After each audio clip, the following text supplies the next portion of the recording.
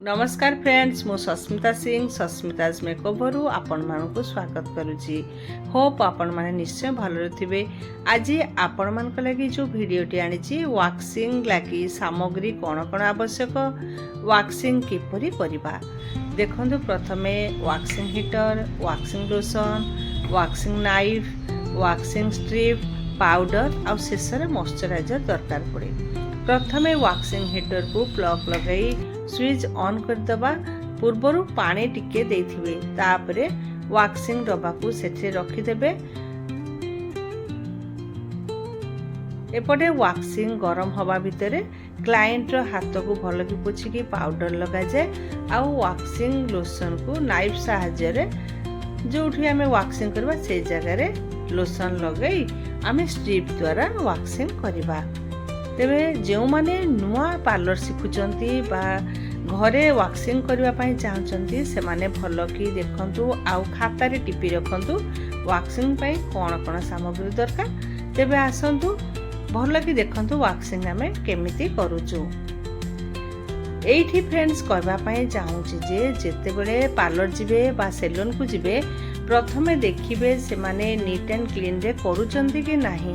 कहीं आमर इन्फेक्शन रो सब बड़े डर थाए। आमे केमती भल से करिबा आम सैलून रे सेति प्रति जत्न नै थाउ।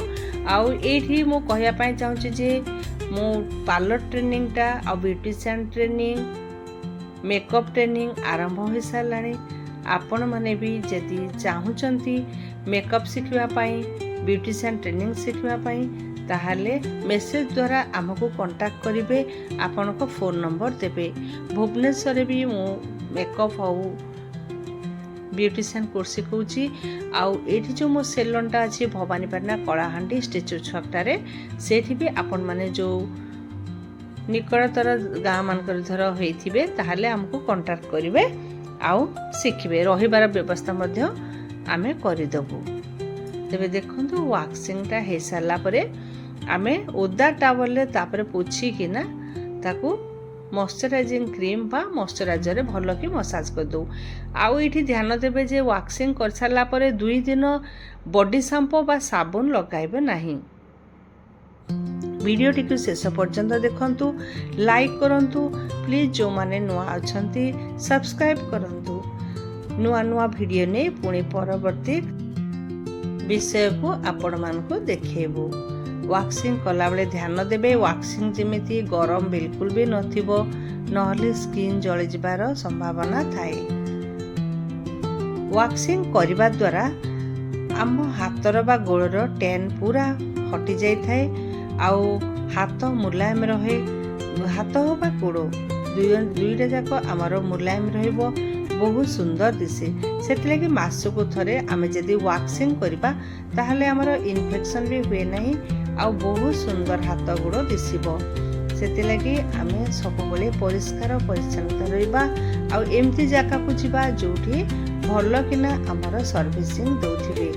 तेबे जो माने इंटरेस्टेड ट्रेनिंग नवा पाए प्लीज मेसेज द्वारा से माने हमको कांटेक्ट करिवे। आम भिडियोटी आपण मानकु केमती लागुचे प्लीज प्लीज मेसेज रे निश्चय देबे। आउ कोन कोन भिडियो आपण चाहूचंती जदि मेसेज रे हमकु लिखिके देबे ताहले हम चेष्टा करिबु आ आपण मानकु देबु।